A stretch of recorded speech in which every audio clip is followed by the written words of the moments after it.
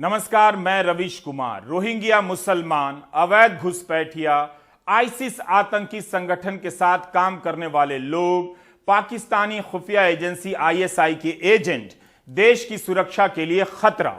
2017 से 21 के बीच संसद से लेकर कोर्ट में दायर कई हलफनामों में केंद्र सरकार की राय एक ही लाइन पर चलती है। हम बीजेपी के कई नेताओं के भाषण और गोदी मीडिया के कई डिबेट का प्रमाण दे सकते हैं, लेकिन आज अचानक क्या हो गया कि केंद्र सरकार की राय बदल गई। जिस मसले को लेकर बीजेपी के नेता और मोदी सरकार के मंत्री जनता के बीच खुलकर बोला करते थे कि रोहिंग्या देश के लिए खतरा हैं, उन्हें घर देने, सुरक्षा देने के निर्णय की जानकारी एक ट्वीट से क्यों दी गई, इस पर विचार कीजिए। कहीं ऐसा तो नहीं कि इसके पीछे देश में उठ रहे कुछ बड़े सवालों की दिशा को मोड़ देने की कोई मंशा रही हो। बिल्किस बानो के बलात्कार और उसके परिवार के सदस्यों की हत्या के मामले में दोषी पाए गए इन कैदियों को जब रिहा किया गया तो इन लोगों का स्वागत माला पहनाकर किया जाता है। पहले दिन मिठाई खिलाई जाती है, टीका लगाया जाता है। अब विश्व हिंदू परिषद के कार्यकर्ता माला पहनाकर स्वागत कर रहे हैं।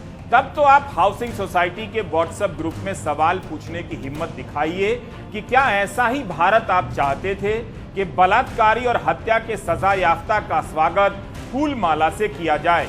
कम से कम महिलाओं के व्हाट्सएप ग्रुप में प्राइम टाइम का लिंक शेयर कर आजमा लीजिए कि देश कितना बदल गया है। क्या इसे लेकर हो रही बहस से मुक्ति पाने के लिए ही रोहिंग्या को बसाने के फैसले का ऐलान हुआ है? अगर ऐसा हुआ होता तो आज के दिन बीजेपी अपने संसदीय बोर्ड से केंद्रीय परिवहन मंत्री नितिन गडकरी और मध्य प्रदेश के मुख्यमंत्री शिवराज सिंह चौहान को बाहर नहीं करती। बीजेपी की आंतरिक राजनीति अपनी दिशा नहीं बदल रही है, बल्कि उसके रास्ते में आने वाले लोग बदले जा रहे हैं। नितिन गडकरी क्या दूसरे आडवाणी बनेंगे, हमेशा के लिए चुप हो जाएंगे? ये सब बहस के बहुत आसान विषय हैं। मुश्किल विषय तो रोहिंग्या ही है। जिन रोहिंग्या शरणार्थियों के मुसलमान पक्ष को उभार कर राजनीति की गई, मगर शरण देते समय मुसलमान या धर्म के मसले से उसे अलग भी कर दिया गया, इन सब बातों पर नजर डालेंगे तो वाकई ये मुश्किल विषय है। यह विषय केवल रोहिंग्याओं का नहीं है, बल्कि इसके नाम पर हफ्तों, महीनों, करोड़ों दर्शकों को बेवकूफ बनाने का भी है, उनके भीतर जहर भरने का है। रोहिंग्या को दिल्ली में फ्लैट और सुरक्षा देने का ऐलान विदेश मंत्री को करना चाहिए या गृह मंत्री को, यह भी एक सवाल है, लेकिन इसका ऐलान केंद्रीय शहरी विकास मंत्री हरदीप सिंह पुरी ने कर दिया, वो अभी ट्वीट के जरिए, जबकि इसे लैंडमार्क फैसला बताया। आज सुबह 7:32 पर उन्होंने ट्वीट किया और लिखा कि भारत ने हमेशा ही उन लोगों का स्वागत किया है जिन्होंने इस देश में शरण मांगी है। एक लैंडमार्क फैसले में सभी रोहिंग्या शरणार्थियों को दिल्ली के बक्करवाला इलाके में बने ईडब्ल्यूएस फ्लैट में शिफ्ट किया जा रहा है। उन्हें बुनियादी सुविधाएं दी जा रही हैं। संयुक्त राष्ट्र की मानवाधिकार संस्था की तरफ से पहचान पत्र दिया जाएगा और दिल्ली पुलिस 24 घंटे सुरक्षा प्रदान करेगी। यह हरदीप सिंह पुरी का ट्वीट है। केंद्रीय मंत्री ने रोहिंग्या शरणार्थी का इस्तेमाल किया है, अवैध घुसपैठिया नहीं, माइग्रेंट भी नहीं, जिसके लिए हम कभी प्रवासी तो कभी अप्रवासी का इस्तेमाल करते हैं। रोहिंग्या को शरणार्थी कहा है, लेकिन आज दोपहर गृह मंत्रालय ने अपने ट्वीट से मसले को और उलझा दिया। समझना मुश्किल हो रहा है कि सरकार कौन चला रहा है, ट्विटर कंपनी या अलग अलग विभागों के मंत्री। गृह मंत्री कार्यालय ने 2:50 पर 3 ट्वीट किए हैं। इन तीनों ट्वीट में अवैध विदेशी नागरिक, अवैध प्रवासी का इस्तेमाल है, जबकि केंद्रीय मंत्री हरदीप सिंह पुरी के ट्वीट में रोहिंग्या शरणार्थी लिखा है।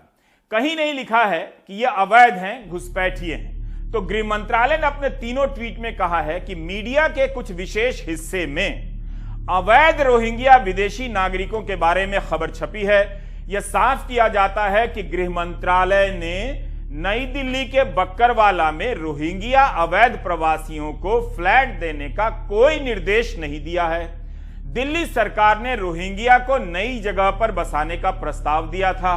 गृह मंत्रालय ने दिल्ली सरकार को निर्देश दिया कि अवैध रोहिंग्या विदेशी नागरिक उसी जगह पर रहेंगे जहां रह रहे हैं, क्योंकि गृह मंत्रालय विदेश मंत्रालय के जरिए इनके डिपोटेशन, निर्वासन की कोशिश कर रहा है।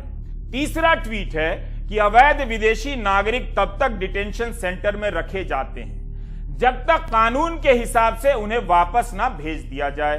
दिल्ली सरकार ने मौजूदा जगह को डिटेंशन सेंटर घोषित नहीं किया है, उन्हें ऐसा करने का निर्देश दिया जाता है। हरदीप सिंह पुरी केंद्र सरकार के मंत्री हैं। मीडिया में खबर उनके ट्वीट के बाद छपी है, तो गृह मंत्रालय को कायदे से उन्हें संबोधित कर ट्वीट करना चाहिए था। कहीं ऐसा तो नहीं कि ट्विटर के जरिए दो मंत्रालय और दो मंत्री आपस में भिड़ गए हैं। हरदीप सिंह पुरी ने तो अपने ट्वीट में दिल्ली सरकार का नाम नहीं लिया, फिर गृह मंत्रालय ने क्यों कहा कि दिल्ली सरकार को ऐसा निर्देश नहीं दिया गया? सीधे गृह मंत्रालय पूछ सकता था कि हरदीप सिंह पुरी को या उनके मंत्रालय को कोई निर्देश नहीं दिया गया।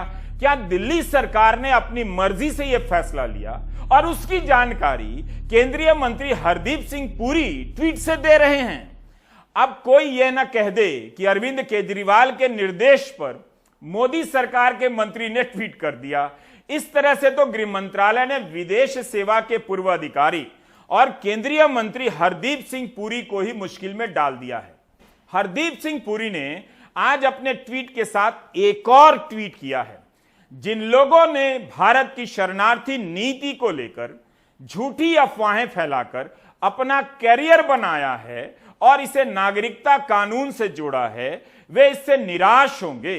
भारत 1951 के संयुक्त राष्ट्र के शरणार्थी कन्वेंशन का सम्मान करता है और सभी को जाति, धर्म या नस्ल की परवाह किए बगैर शरण देता है। यह हरदीप सिंह पुरी का दूसरा ट्वीट है। अगस्त 2021 में गृह मंत्रालय ने लोकसभा में बताया कि भारत ने 1951 के शरणार्थी कन्वेंशन पर दस्तखत नहीं किया है, जिसका संबंध शरणार्थियों को मान्यता देने से है। लेकिन शहरी विकास मंत्री हरदीप सिंह पुरी ट्वीट कर 1951 के कन्वेंशन के सम्मान की बात कर रहे हैं। पिछले दिनों कर्नाटक के ग्रामीण इलाकों में विदेश मंत्री एस जयशंकर की तस्वीर भाजपा के पोस्टरों पर नजर आई। वे तिरंगा अभियान को लोकप्रिय बनाने वहां गए थे। इस सूचना का आज के ट्वीट से कोई संबंध नहीं है, लेकिन सवाल तो बनता है कि कायदे से इस तरह के ट्वीट विदेश मंत्री की तरफ से आने चाहिए, मगर शहरी विकास मंत्री संयुक्त राष्ट्र के शरणार्थी सम्मेलनों, मानवाधिकार अधिकारों की बात कर रहे हैं, रोहिंग्या रिफ्यूजी को बसाने का ट्वीट कर रहे हैं और गृह मंत्रालय ट्वीट कर दिल्ली सरकार को टारगेट कर रहा है। हरदीप सिंह पुरी ने जब ट्वीट किया तो प्रधानमंत्री कार्यालय को भी टैग किया और जब दूसरी बार ट्वीट किया तब उसे मणिपुर के मुख्यमंत्री बीरेन सिंह और सूचना एवं प्रसारण मंत्रालय को भी जोड़ा।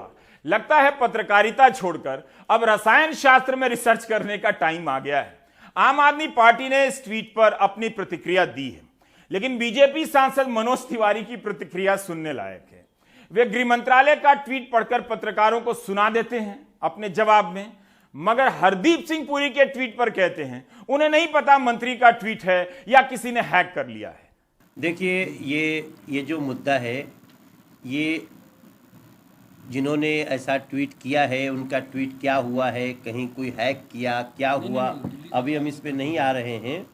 लेकिन अभी हमारे गृह मंत्रालय ने स्पष्ट कह दिया है कि गृह मंत्रालय की इस तरह की कोई भी योजना नहीं है और गृह मंत्रालय ये भी इशारा कर रहे हैं कि कहीं ना कहीं इसमें गवर्नमेंट ऑफ दिल्ली ने ऐसा कुछ प्रपोज किया है। अभी देखिए, मजे की बात ये देश के गृह मंत्री अमित शाह पहले गाली दी इन्होंने पीडीपी को कि पीडीपी ने रोहिंग्या बसा दिए और फिर पीडीपी के साथ इन्होंने सरकार बनाई। पीडीपी के साथ सरकार के दौरान भी इन्होंने रोहिंग्याओं को वहां से नहीं निकाला और आज की तारीख में भी केंद्र शासित जम्मू कश्मीर से रोहिंग्याओं को निकाल नहीं पाए हैं। इन्होंने उनको वहीं पर बसा रखा है। दिल्ली के अंदर रोहिंग्या किसने बसाए? इन्होंने बसाए। पूरे देश के अंदर रोहिंग्या बसाए गए, किन्होंने बसाए? भारतीय जनता पार्टी ने बसाए। ये कहना गलत नहीं होगा कि अरविंद केजरीवाल जी का हाथ घुसपैठियों के साथ, दिल्ली वासियों के साथ नहीं, घुसपैठियों के साथ। केंद्र सरकार की नीति है सबसे पहले राष्ट्र सुरक्षा पे कोई समझौता नहीं, नंबर 1। नंबर 2, जो देश के साधन है वो देश के नागरिकों के लिए है, घुसपैठियों के लिए नहीं है। विश्व हिंदू परिषद के कार्यकारी अध्यक्ष आलोक कुमार का पूरा बयान जारी हुआ है। वे लिखते हैं कि हम हरदीप सिंह पुरी के बयान से स्तब्ध हैं कि रोहिंग्या शरणार्थी को दिल्ली में ईडब्ल्यूएस फ्लैट दिए जा रहे हैं। हम उन्हें याद दिलाना चाहते हैं कि 10 दिसंबर 2019 को गृह मंत्री अमित शाह ने संसद में बयान दिया कि रोहिंग्या को कभी भी भारत में स्वीकार नहीं किया जाएगा। दिल्ली के मजनू टीला इलाके में पाकिस्तान के हिंदू शरणार्थी मुश्किल हालात में रह रहे हैं। ऐसे में सरकार का यह प्रस्ताव और भी निंदनीय है। साथ ही उन्होंने कहा कि विहिप इस मसले पर सरकार से पुनर्विचार करने और उन्हें वापस भेजने का बंदोबस्त करने का आग्रह करता है। केंद्रीय शहरी विकास मंत्री हरदीप सिंह पुरी भारतीय विदेश सेवा के अधिकारी रहे हैं। उन्हें इस मामले की बारीकी की जानकारी नहीं है, ऐसा नहीं माना जा सकता। तब फिर उन्होंने किसके कहने पर यह ट्वीट कर दिया? केंद्र सरकार के एक मंत्री कह रहे हैं कि रोहिंग्या रिफ्यूजी हैं, उन्हें संयुक्त राष्ट्र का शरणार्थी पहचान पत्र दिया जा रहा है, सुरक्षा दी जा रही है, फ्लैट दिए जा रहे हैं। और गृह मंत्रालय कह रहा है कि ऐसा आदेश दिल्ली सरकार को नहीं दिया गया है, रोहिंग्या को वापस भेजने का प्रयास चल रहा है। तब तो सरदर्द की गोली से भी सरदर्द नहीं जाने वाला है। यह मामला आसान नहीं है।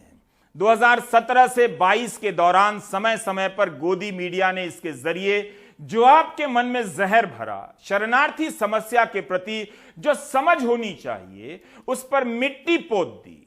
उसे भी याद करना जरूरी है। हाल तक के चुनावों में रोहिंग्या ध्रुवीकरण का एक बड़ा टॉपिक था। हम आपको गोदी मीडिया के डिबेट की कुछ नई पुरानी हेडलाइन दिखाना चाहते हैं जिन्हें स्क्रीन पर फ्लैश किया गया था। क्या देवभूमि उत्तराखंड में हिंदू से ज्यादा मुसलमान बस गए, वो भी रोहिंग्या बांग्लादेशी के अवैध कब्जों पर अतिक्रमण पर चलेगा बुलडोजर। रोहिंग्या मुक्त इंडिया कब? Question mark. घुसपैठियों पर ममता क्यों? प्रश्नवाचक चिन्ह। रोहिंग्या की विदाई का टिकट कटेगा? प्रश्नवाचक चिन्ह। आ गया ना ये खतरनाक चिन्ह। अवैध तरीके से आकर रहने वाले रोहिंग्या मुस्लिम्स के इंडिया में रहने का समय खत्म। ये सब कुछ हाल फिलहाल के हैं, लेकिन अब हम आपको 2017 के डिबेट की हेडलाइन बताते हैं। रोहिंग्या मुसलमान भारत छोड़ो। रोहिंग्या मुसलमानों के नाम पर पाक का आतंक प्लान। भारत के 40,000 रोहिंग्या मुसलमानों का इलाज किया। सिर्फ मुस्लिम होने के चलते रोहिंग्या को पनाह से इनकार। रोहिंग्या को पनाह पर मुस्लिम देश बड़ा दिल दिखाएंगे। मुसलमानों को शरण देने से डर लगता है? प्रश्नवाचक चिन्ह। रोहिंग्या को शरण, मानवाधिकार या आ बैल मुझे मार? प्रश्नवाचक चिन्ह। रोहिंग्या आतंक का एग्जिट प्लान। इन हेडलाइनों को याद कीजिए जिनके जरिए लोगों के दिमाग में जहर भरा गया, बकवास डिबेट में उलझाया गया। चुनावों में रोहिंग्या को दुश्मन बनाकर भारत के मुसलमानों को टारगेट किया गया। जब भी भारत के मुसलमानों को निशाना बनाना होता था, रोहिंग्या का टॉपिक लाया जाता था। इस तरह शरणार्थी समस्या राजनीति का शिकार होती चली गई। उत्तराखंड चुनाव के समय अमित शाह के भाषण का एक अंश आप सुनकर कुछ समझ सकते हैं।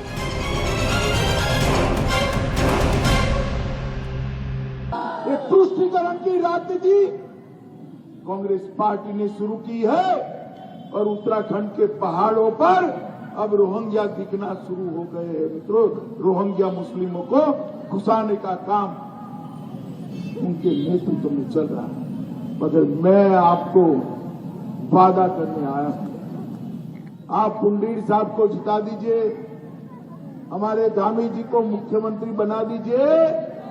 रोहिंग्याओं को चुन चुन कर निकालने का काम ये भारतीय जनता पार्टी।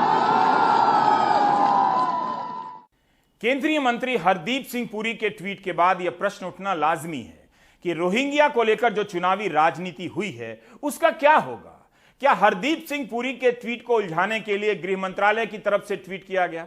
भारत सरकार के मंत्री, बीजेपी के नेताओं के बयान में, कोर्ट में, संसद में, चुनावी मैदान में निरंतरता है, बदलाव नहीं।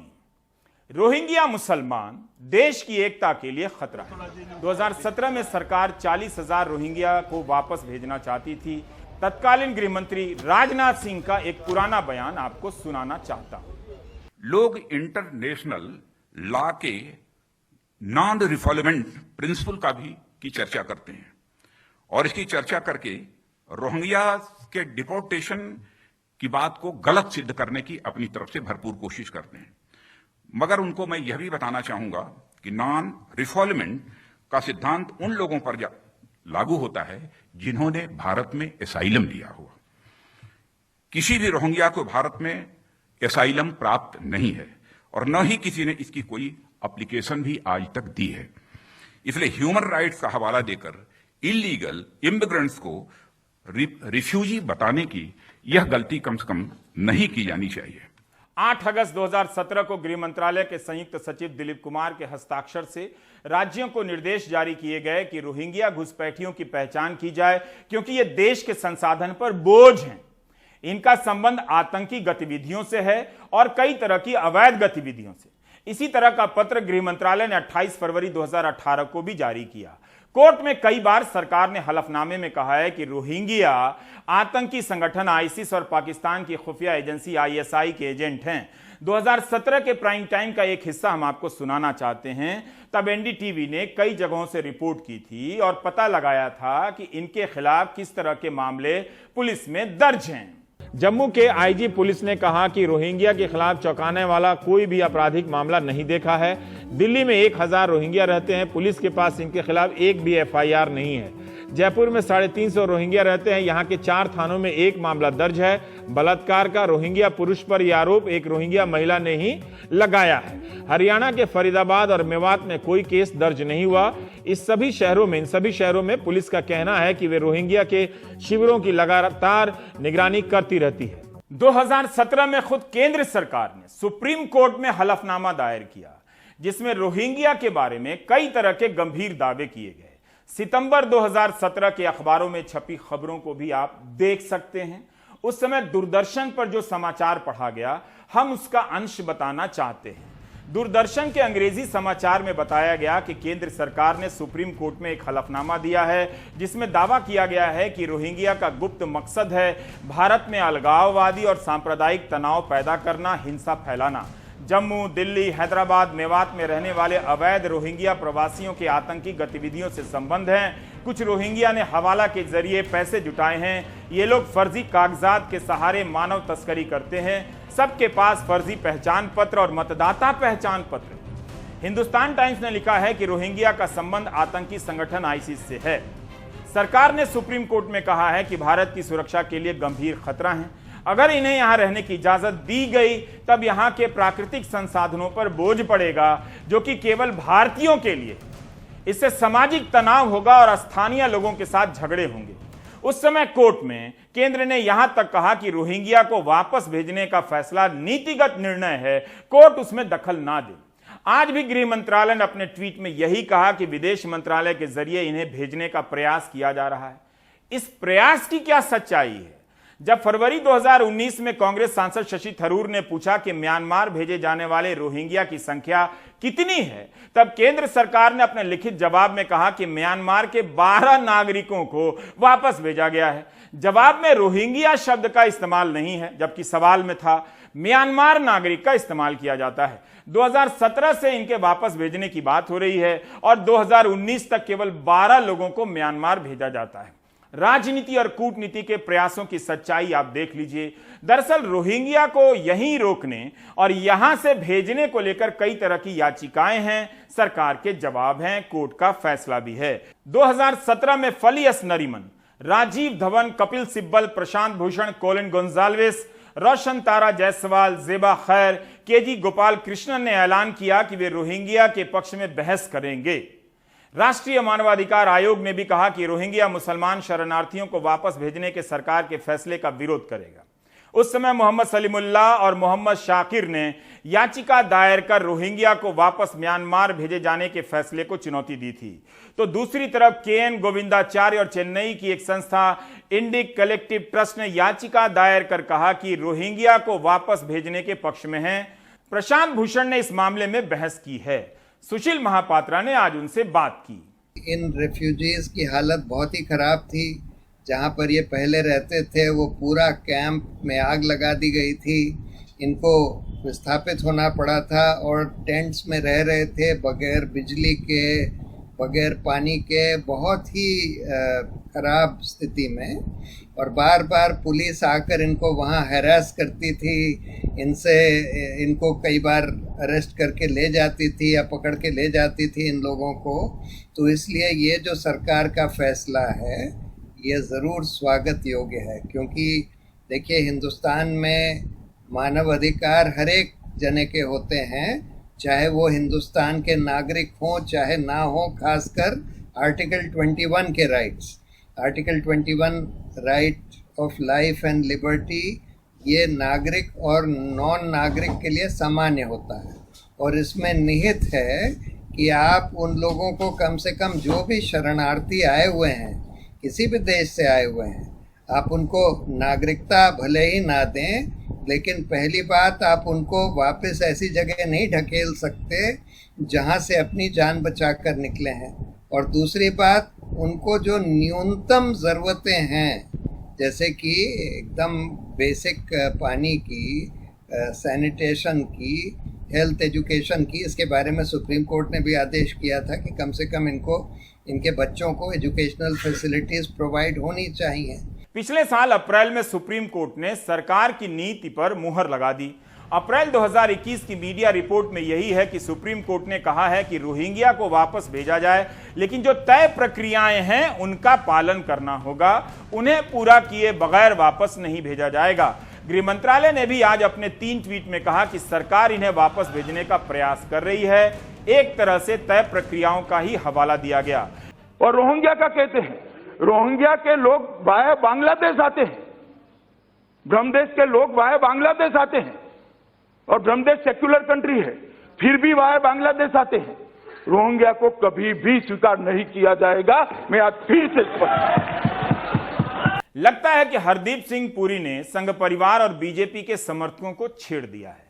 शरद शर्मा हमारे सहयोगी जब बक्करवाला गांव गए तो वहां के लोगों को यह राजनीति याद थी। वे अपने इलाके में रोहिंग्या के बसाए जाने का विरोध कर रहे हैं। और इनके आने से हमारे गांव को और देहात को बहुत बड़ा नुकसान है, और ये बहुत इनका क्रिमिनल रिकॉर्ड है। जितने भी दिल्ली में दंगे हुए हैं, हाँ। ये रोहिंग्याओं ने किए हैं, जितने भी किए हैं। अच्छा, तो ये अगर यहाँ आ गए तो ये हमारे पूर्वजों की जमीन है, और अगर ये यहाँ पर आ गए तो हम बाहर जाएंगे और ये अंदर रहेंगे। इनकी संख्या बढ़ती जाएगी और यहाँ पे क्राइम होगा बहुत ज्यादा, और हम बिल्कुल भी इनको यहाँ आने नहीं देंगे और बसने नहीं देंगे। नहीं, पर ये बात किसने कही कि दंगे इन्होंने करवाए? या बिल्कुल करवाए, आप रिकॉर्ड चेक कर लो इनका, कहीं भी जहांगीरपुरी में हुए इन्होंने करवाए, और काफी जगह जो पत्थरबाजी होती है इन्होंने करवाई है। आपने ऐसा सुना है कि भाई हुए थे तो इनका हाथ रहा? देखते हैं हम, न्यूज में भी देखते हैं, इनका जो पता चला कि केस लगे जो इन पे लगे हैं। मुझे अपने भारत के गृह मंत्री पे पूरा विश्वास है। उन्होंने सीएए कानून लाया। सीएए कानून के अंदर बिल्कुल स्पष्ट लिखा हुआ है कि कोई भी शरणार्थी आएगा उसमें मुस्लिम नहीं होगा। छह लोग आएंगे तो ये जो रोहिंग्या मुसलमान है, मैं पूरा आश्वस्त हूँ कि उसी कैटेगरी में आते हैं और ये नहीं बसेंगे यहाँ पे। इन केस अगर किसी ने हिमाकत की तो पूरे क्षेत्र की जनता यहाँ पे आमरण अनशन करेगी। यहाँ लाके क्यों बसाया जा रहा है? क्या पता ये 1 साल रहे, 2 साल रहे, 10 साल रहे, कौन इनका वो देखेगा कि कितने साल ये रहेंगे? एक बार बसने के बाद निकलेंगे। और मैं ये बताना चाहता हूँ, जब देश का कश्मीरी पंडित आज तक कश्मीर से आने के बाद टेंटों में रह रहा है, तो ये भी टेंटों में पड़े रहेंगे। क्या जरूरत है इनको यहाँ लाने की, और क्या जरूरत है हमें इनको फ्लैट देने की? वो शरणार्थी नहीं है, मैं नहीं मानता। वो देश में तारों के नीचे से आए हैं और तारों के ऊपर से उनको फेंका भी जाएगा, और ये हिंदुस्तान उनको तारों के ऊपर से फेंकेगा भी। आप जो पूछ रहे थे ना कि कैसे पता है आप लोगों को कि ये दंगे कराते हैं, ये कराते हैं, ये पब्लिक डोमेन में है। गवर्नमेंट ही बोल रही थी कि रोहिंग्या मुसलमानों से मतलब राष्ट्र के उसमें खतरा है। नागरिकता कानून के संदर्भ में भी रोहिंग्या का सवाल आया था।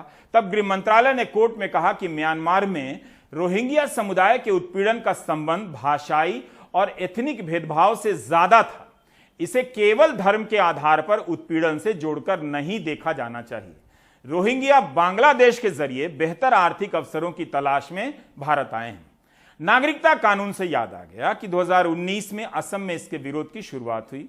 कोविड के कारण इसके विरोध का आंदोलन ठप हो गया, लेकिन फिर से शुरू हो गया है। हमारे सहयोगी रतनदीप ने रिपोर्ट फाइल की है कि 2 साल बाद नागरिकता कानून के विरोध में आंदोलन शुरू हो चुका है।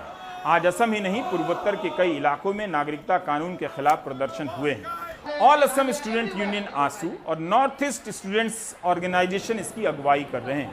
2019 में असम से ही इस कानून का विरोध शुरू हुआ, जो वहां 1 साल तक चला। इसका इतना असर था कि असम विधानसभा के चुनाव में बीजेपी के नेता भाषणों में इस कानून का जिक्र तक नहीं करते थे, जबकि यह कानून असम के हालात को देखकर ही लाया गया था। आज के इस आंदोलन में मांग की जा रही है कि अवैध घुसपैठ की समस्या का स्थायी समाधान निकाला जाए और यह समाधान असम समझौते के तहत ही निकले। 2 साल बाद अब फिर से गुवाहाटी के जो हेडक्वार्टर है ऑल असम स्टूडेंट्स यूनियन का, वहां पे ये प्रोटेस्ट हो रहे हैं। आप देख सकते हैं भारी मात्रा में पुलिस प्रेजेंस है यहाँ पे, और इस भारी मात्रा के पुलिस प्रेजेंस के बीच उनके जो हेडक्वार्टर के गेट में ही बैरिकेड करके पुलिस ने उन लोगों को रोक दिया है। रैली निकालने नहीं दे रहे हैं, मगर प्रोटेस्ट फिर से शुरू हो चुका है, क्योंकि सिर्फ ये प्रोटेस्ट ऑल सीए को लेके नहीं है, मगर जो इलीगल इमिग्रेशन का मामला है पूरे उत्तर पूर्व में, इसके साथ arm forces special power act की कंप्लीट रिपील ये मांग कर रहे हैं। और इसके साथ और एक मांग है कि पूरे उत्तर पूर्व में इनर लाइन परमिट, जो कि एक स्पेशल डॉक्यूमेंट होता है उत्तर पूर्व में आने के लिए, इसको पूरे उत्तर पूर्व में लागू किया जाए। ये डिमांड लेके भी यहाँ पे जो स्टूडेंट एक्टिविस्ट हैं वो प्रोटेस्ट कर रहे हैं। तो आपने देखा कि केंद्र सरकार रोहिंग्या शरणार्थी की राजनीति के साथ साथ नागरिकता कानून की राजनीति में भी उलझी हुई है। सोचिए, इस कानून के लिए माहौल को कितना गर्म कर दिया गया। ऐसा लगा कि अभी इसी वक्त लागू होने की जरूरत है, मगर अब सब ठंडा है। 2 साल से नियम तक नहीं बने हैं। 2 अगस्त को केंद्रीय गृह मंत्री का बयान दिलचस्प है कि एक बार जब सभी को कोविड का टीका लग जाएगा और यह चरण पूरा हो जाएगा अभियान, तब जाकर नियम बनाए जाएंगे। यह 9 मई 2022 यानी 4 महीने पहले की खबर है। विजयथा सिंह की रिपोर्ट द हिंदू में छपी है। इस रिपोर्ट के अनुसार राजस्थान में रहने वाले करीब 800 पाकिस्तानी हिंदू इस उम्मीद में भारत आए कि नागरिकता मिलेगी, मगर 2021 में सभी वापस लौट गए। द हिंदू ने यह रिपोर्ट सीमांत लोक संगठन के बयान के आधार पर छापी है, जो भारत में पाकिस्तान से आए अल्पसंख्यकों के हित के लिए काम करता है। इस रिपोर्ट के अनुसार 2018 में गृह मंत्रालय ने नागरिकता देने की प्रक्रिया शुरू कर दी थी। 22 दिसंबर 2021 को राज्यसभा में गृह मंत्रालय ने बताया कि सरकार के पास 10,635 आवेदन आए हैं, जिनमें से 7,306 पाकिस्तान से हैं। सीमांत लोक संगठन के अनुसार राजस्थान में रहने वाले पाकिस्तान से आए हिंदू शरणार्थी कई साल से नागरिकता मिलने का इंतजार कर रहे हैं। पता चल रहा है कि नागरिकता देने की प्रक्रिया कितनी धीमी है। नागरिकता सरकारी फाइलों में सरक रही है और इसकी राजनीति आग की लपटों की तरफ फैल रही है।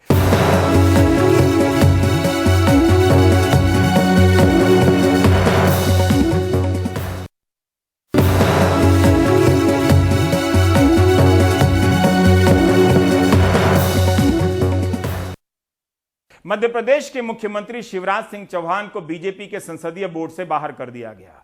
अनुराग द्वारी की आज की रिपोर्ट इस पर तो नहीं है, मगर मध्य प्रदेश से ही है। टेंडरिंग को लेकर है, आप देख लीजिए।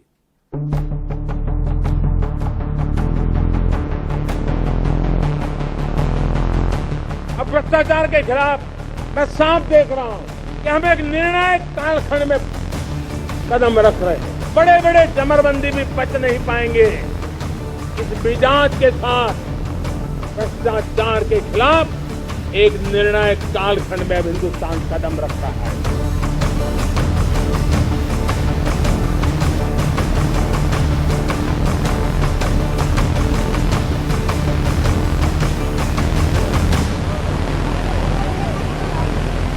मध्य प्रदेश के बांधों से भ्रष्टाचार की धारा बहती रहती है। साल 2021 में एनडीटीवी ने बताया था कि कैसे 35 करोड़ के पुल पुलिया बह गए जो 2 से 3 सालों में बने थे। सोमवार को बीना नदी पर करोड़ों की लागत से बना बेगमगंज हैदरगढ़ पुल का हिस्सा 3 फीट तक धंस गया। यूपी एमपी की सीमा पर राजघाट बांध बनकर बिगड़ भी गया, लेकिन दोनों राज्यों ने 50 करोड़ रुपए नहीं दिए, जिससे न तो लोकार्पण हुआ न सौंदर्यीकरण। लेकिन हाल ही में कारम डैम ने जो कहानी बताई है वो तो गजब ही है। कारम डैम में 2 चैनल के जरिए 15 MCM पानी तो बहा दिया गया, इसके साथ ही लगभग 100 करोड़ रुपए भी बह गए। अप्रैल 2018 में जब एनडीटीवी ने ई टेंडर घोटाले की परतें खोली थीं तो पता लगा था कि कैसे जल निगम की 3 निविदाओं को खोलते समय कंप्यूटर ने एक संदेश डिस्प्ले किया। इससे पता लगा कि निविदाओं में टेम्परिंग की जा रही है। लगभग 3000 करोड़ रुपए के घोटाले की जांच ईओडब्ल्यू को सौंपी गई। महीनों जांच शुरू नहीं हुई, तब केंद्रीय मंत्री रविशंकर प्रसाद से हमने सीधा सवाल पूछा था। मैं इसकी जानकारी प्राप्त करूंगा। आपने एक नया विषय उठाया है, मैं इसके पूरे तथ्यों की जानकारी प्राप्त करूंगा और जो भी उचित कार्रवाई होगी करूंगा।